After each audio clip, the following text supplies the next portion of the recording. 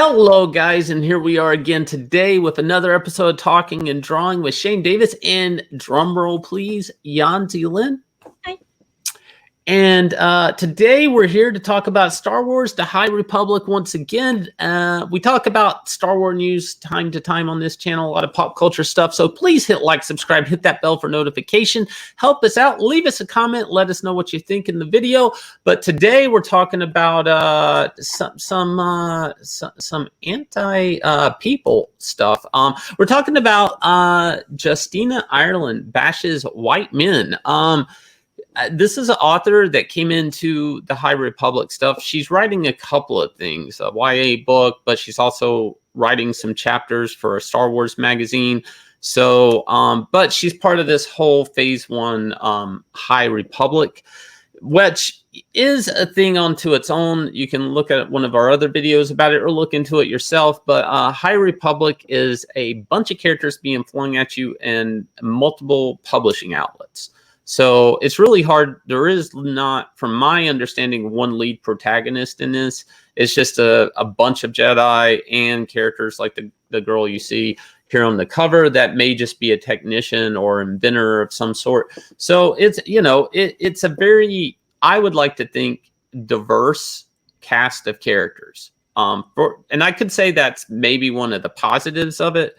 I am confused by this project or projects in plural that I don't know who to gravitate towards as a protagonist. So I think the concept of this is there is something for everyone. This is supposed to be something that's very inclusive to everybody, for better or for worse. This is supposed to be a very diverse project. There should be a character here for everyone. And don't forget, Star Wars is all ages, all demographics, all races, all religion. Basically, Star Wars is for everybody. Everybody, all species it is. So here we go. Let's get down into it. So some of the characters that she's working on in her book are Venestra Rowe, and I guess that was this green character over here. Right, and her Padawan, which is Reed Silas, which is this guy over here. Which, from some of the artwork, he does look Caucasian. Caucasian male is the Padawan. So now I don't know. I assume these characters do portray in other books. So this may not be characters she created. That actually Kathleen Kennedy and this is a group of writers, guys. So these characters. This was kind of like a writer's room that built most of these characters. You have to assume they're fighting evil plant aliens, space pirates. So it's hard to say which character is her contribution to the great cast of characters. And I don't mean great. I mean great in mass cast of characters here. But right now we're going to talk about some of her feelings in 2020 towards certain people of color. And first off, I feel that a person that comes onto a property like Star Wars, that you really do need to have a certain amount of tolerance. You do want to. Star Wars is the type of property that you expect to sell to everyone, all ages. Kids love Star Wars. Adults with pockets still buy expensive replicas. Lightsabers, $300 lightsabers. I mean, the money in Star Wars is all over the place. From a kid that can only afford a $5 little cheap Fisher Price action figure to some grown adult who's buying, like I said, replicas. So this is a very diverse, should be, if it's fully functioning, very diverse property. Going down through some of her tweets in 2020, which was compiled on Bounding in Comics. So it's a little interesting here. You want to read some of the tweets? Yes, I can read this. So she begins by saying, I guess mediocre white men are still going to be on here, bragging about their mediocrity as though it's a hilarious anecdote instead of pure assholery. So thanks for establishing that baseline early 2021. Yeah. Well, I guess she doesn't want to see white men on Twitter. That's what she's saying. I'm sorry that you feel I'm mediocre. I'm sorry. I try pretty hard.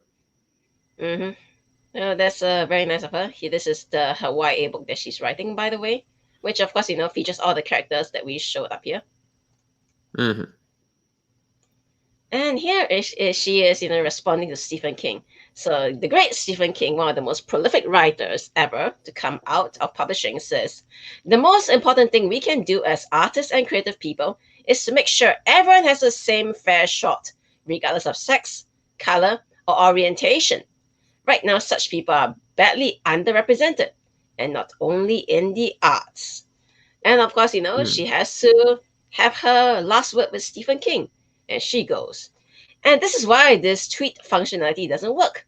Creators of color, women creators, and queer creators will never get opportunities as long as quality is focused on white, masculine, hetero default as it constantly is. Mm. What do you make of that exactly? So, if we are focused only on white men, then other people don't get a chance. But Yeah, I don't. She said quality is only focused on white. I don't understand. she's Quality saying is that people perceive quality as white, masculine, hetero, but I'm not seeing that. In fact, I've been looking well at publishing the past decade is more diverse than ever. more so in publishing, and I know there's a stereotype trying to be forced here, but in publishing, especially when I was working in comics, when I submit my portfolios, I would mail it in. I didn't meet editors face to face. A lot of submissions, a lot of emails. And I got into publishing before social media was a thing.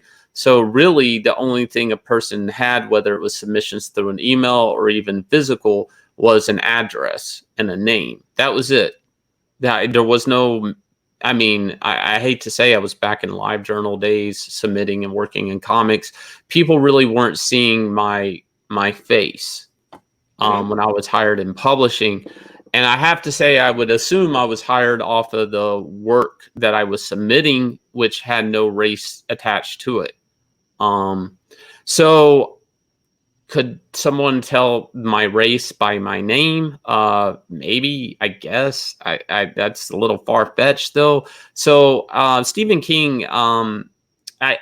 My point is, it's one of the last things you maybe see on the book is the race of the person writing the book. This is something that I think is epic, is sort of a thing that's happened with social media. And you have to understand, most of book publishing, if not all of book publishing, was happening before social media. Social media is relatively a thing that's only been around for like maybe 20 years Less tops. than that, Um, honestly. yeah, less than. So if you take all of publishing in the world, you know,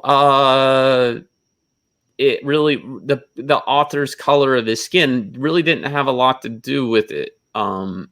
Submissions, quality of the story of the product, and if they thought they liked it and they could sell more of it. That, I mean, I publishing. You have to understand, publishers are mining for money. They're gonna print what they can sell, and they're gonna exploit anybody despite their race. But we're not going to go down through every tweet here because there's quite a few. If you want to go check them out, we're going to focus more on some of them that have to do with publishing in Hmm. general. And here she is writing a tweet about. So what happens is that Barnes and Noble and Penguin Random House, they were launching a diverse edition lines where they want to reimagine classics like Romeo and Juliet with black protagonists. And in response, she wrote, in honor of BM Buzz and Penguin Random, and the terrible decision to literary blackface books that are your 11th grade English teacher considered classic, but feature nary a person of color. Let's use the hashtag diverse editions hashtag to consider what those books would really be like. Well, Romeo and Juliet, correct me if I'm wrong, is a play, correct? Yeah, all the Shakespeare stuff basically. She's like, oh, that Right. stuff, Frankenstein, all And this. right. So like, but technically Romeo and Juliet can be reimagined per any skin color because it is a play. Hmm. Like I don't. All right. Anyways, let's just move on. She's weird. Well, and here she is again. I wish Netflix would put as much effort into creating shows with black kids as main characters as it does in creating movies and shows with plucky white kids as main characters. Okay, so Netflix does actually invest quite a bit of revenue into overseas and especially other countries' TV shows, whether it's in Europe or it's in Asia. Tons of Hmm. shows Netflix invests money in that has a complete Asian cast and is translated for our country. So Netflix actually does spend a lot of money and time investing into TV shows that are not plucky white children. So I Yeah, don't know if she's only seeing through one end of the telescope with Netflix. yeah. May I interject? You see, so what the trauma is that Netflix is has goes by geography. So what you see on USA Netflix is different from what you see on USA and on Canada Netflix and so on and so forth. If you have gone to say, an Asian country like Singapore, and Shane has seen Singapore Netflix, he can attest to you that there are a lot of Asian original shows on Netflix. With, of course, a purely Asian cast and all that, because Netflix, surprise, invests in a lot of different countries. So to say, you want them to put more effort into creating shows with black kids as main characters, maybe you're just not looking in the right place, because Netflix totally is. Mm. And here's one thing.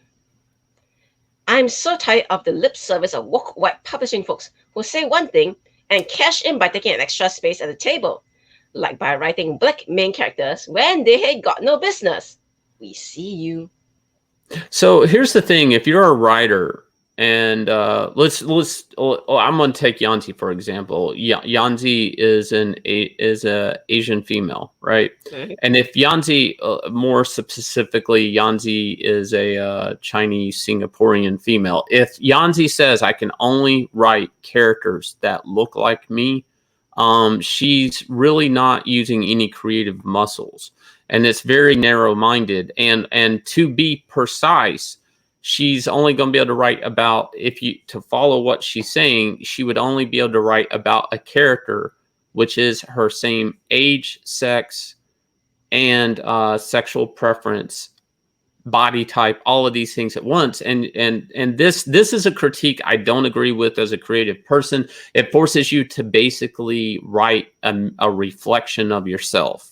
To Yeah. do what she's asking for, ask a writer to write a reflection of herself. Now, more so here, she's saying white people shouldn't write any other character that is not white. And we're going to follow up on that in another tweet here. Yeah. There are so many white people in publishing who are feeling like this is suddenly the moment to be woke. Like we're supposed to forget everything they did on the backs of black and brown folks for a year. Let me just quickly say, you know what? If, as Shane said, I'm only allowed to write someone exactly like myself, this is a very common trope that people in publishing, in all kinds of writing, absolutely hate, and that's called a self-insert. Do not ever And do self-insert. also to note this, with her working on Star Wars, when she writes the character, the Green Jedi female, right? Can she do that properly? Is her skin green? Is she an alien? You see how this works? It doesn't. This is a flawed logic. Let me That show you straight away then. See, she has written a lot of books with obviously, a black protagonist, but here's a book here with a white protagonist. I guess she cannot practice what she preaches. oh Oh, I mean, yeah, when she said you can only write your own color, Justina, yeah, that is not your own color, I guess. yeah. And here she is talking about her dream convention panel. Dream panel! Tell why you decided to make your main character a white man like you. Is it because you're pushing some sort of agenda? Justina, you just literally said in a previous tweet back there saying that you want people to write their own skin color. And now you're complaining that they're writing their own skin color. What do you want? I can't go left and right at the same time. Mm, mm. Yeah, yeah, you're down as according. Let me just get down to brass tacks. She's saying, as a white creator, I can only work. I can't work on characters of different color, and maybe that counts for aliens. If it's an alien, I can't identify. I can't write the alien. Maybe a robot. I can't identify and write the droid. Species. You can't touch them because they're not the I same. can't touch it. Can't touch it. Can't touch it. Can't touch it. Can't touch it whatsoever. I'm drawing a cat book. I can't work on cats. But she's also saying I can't write white characters either. I shouldn't be doing that either. So what? So basically, in the end, if you haven't put this together, you shouldn't. If you're white creative, you're not allowed to be white and creative. Okay, so no more white creatives allowed in this space. It's only And there is a white. theme. The color white seems to come up a lot in all of these tweets. As you can see, it's all highlighted. Well, I mean, here she is going on about, ain't it wild how white people get to be children until they're like 40? But if you're black, Mhm. people think you should be an adult at 12? What do you make of Okay, Disney. This is what I make of it. Okay, Justina, you just stepped into a franchise that is built off of 40-year-olds with pockets that will spend money. Okay, that is Star Wars. That is what kept Star Wars alive during the drought of movies. Okay, during the drought of entertainment, Star Wars has made more money probably in merchandise, and I think that's historically true, than box office. Okay, or it's reached more people. The merchandise also causes people to go back to the movies. Okay, attacking Disney, hiring a writer that attacks 40-year-old children. Okay, or 40-year-olds that will buy Star Wars black figures, that will buy $300 lightsabers, that will buy over $100 Boba Fett helmet. Like, you're attacking me and you're working on Star Wars. I'm the person that helps. These people that you're attacking are the people that help keep the franchise alive. And The merchandise. may I quickly say this? As someone who deals in toys, I don't deal in the Star Wars toys for little children. I deal in the toys for the collectors, because guess what? That's the one that's really, really in demand. The Black Series figures that most people don't buy for their children because it's considered a Yeah. high-end collector's toy. I deal Or with that, choking and hazard. that is what is popular. So are you telling me, Justina, I shouldn't be focusing on this demographic, which is, by the way, has the highest purchasing power? Yeah. I Well, don't get it. I guess she's yeah. trying to teach Disney capitalism 101. Yeah. Yeah.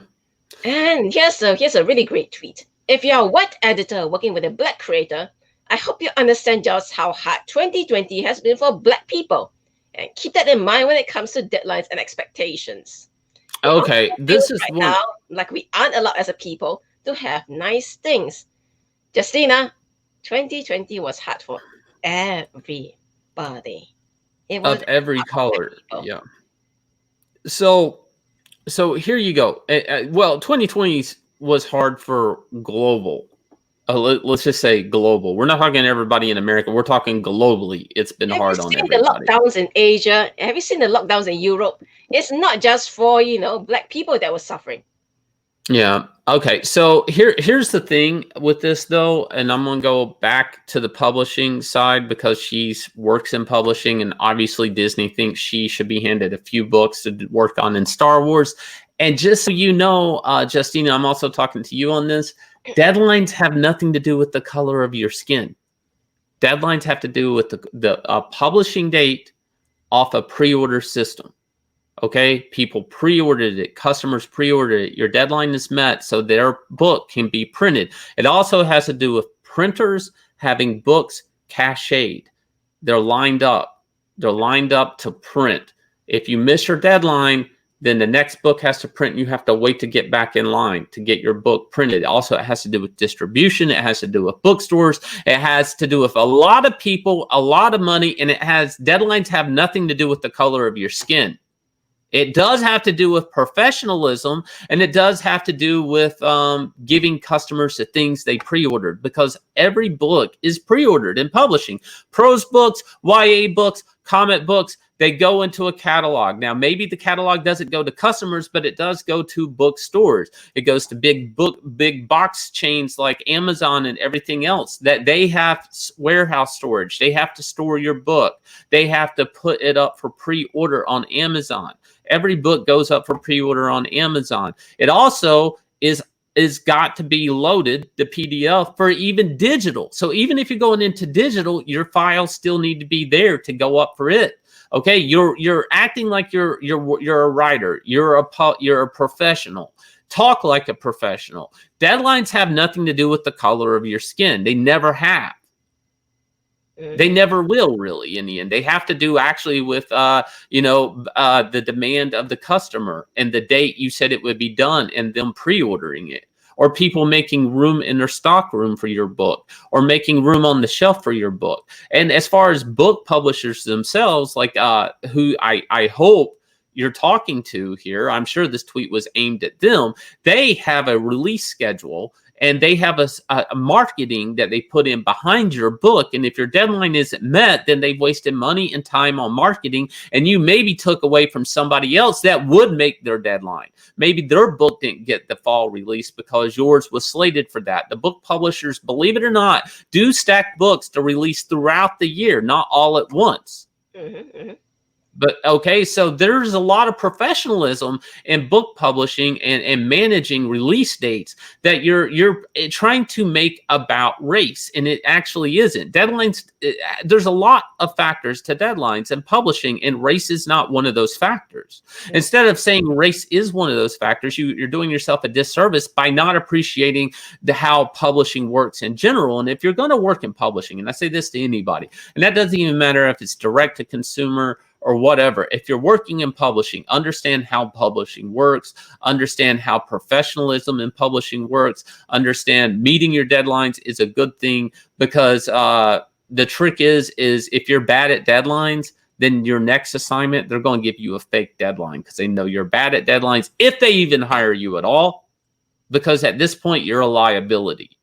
If you're so talented in your liability, your next deadline is a fake deadline. And if you blow that, then your next assignment gets 2 fake deadlines, 3 fake deadlines. And before you know it, you won't even know when your work's actually due. And one day you will turn your work in on time, and you'll wonder why you're waiting 6 months or a year before it's in store. And it's because you were bad with deadlines at one point in time in your life. And you would have to be a super talented person to get that type of accommodation. Mm-hmm. Or you have to be selling a lot of numbers, like like J.R.R. Martin. Yeah, I think we're going to wrap it up on that one. I think we're good. If anybody wants to go check out this article, does it say a lot about the High Republic, the stock of people they're hiring?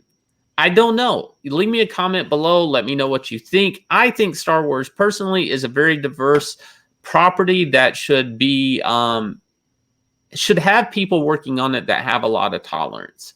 People that they see beyond race should work on Star Wars. Because it is a property where you have black people, you have white people, you have green people, you have blue people, you have purple people, you have red people, you have people of multiple colors, you have characters of multiple colors. To me, I often get turned off whenever race comes into being a factor in Star Wars, because I like all the cool aliens. I do. I like all. I have a piece of advice for Justina. If you're working on a property about a galaxy, maybe you should have the tolerance as wide as the galaxies. Yeah, a little bit of tolerance goes a long ways. We will catch you guys with a video next time. Please hit like, subscribe, hit the bell for notifications, and we will catch you later.